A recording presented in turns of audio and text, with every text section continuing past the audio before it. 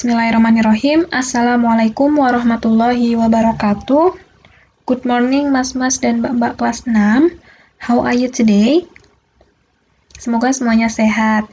Nah, hari ini kita akan melanjutkan bab kedua. Kita sudah selesai di bab pertama kemarin ya, recount text.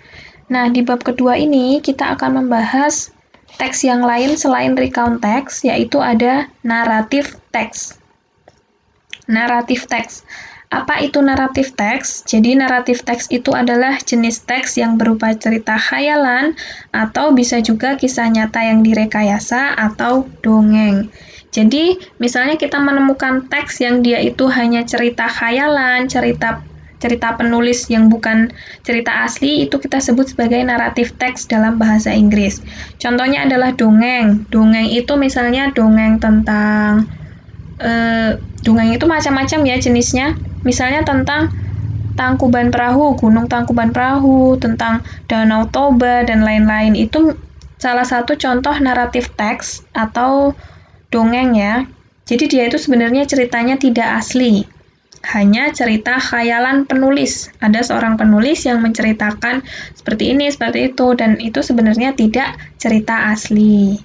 Nah, mereka ini tujuannya hampir sama dengan teks recount yang pertama kemarin kita pelajari.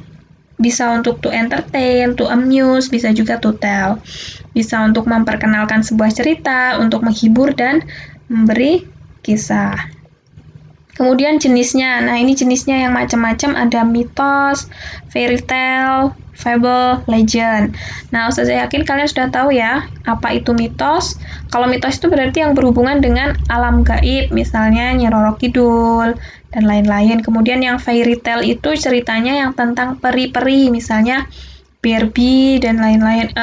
Ini termasuk di cerita, misalnya cerita yang dikartunkan itu juga termasuk di fairy tale. Kemudian ada fabel ya dalam bahasa Indonesia berarti yang tentang hewan. Kemudian ada legend atau kisah terjadinya suatu tempat, itu kita sebut sebagai legend ya, legenda.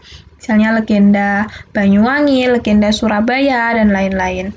Nah, setelah kita mempelajari teks naratif, kita langsung ke tugasnya saja. Tugasnya adalah tuliskan 3 jenis teks naratif yang kalian ketahui beserta contoh judulnya.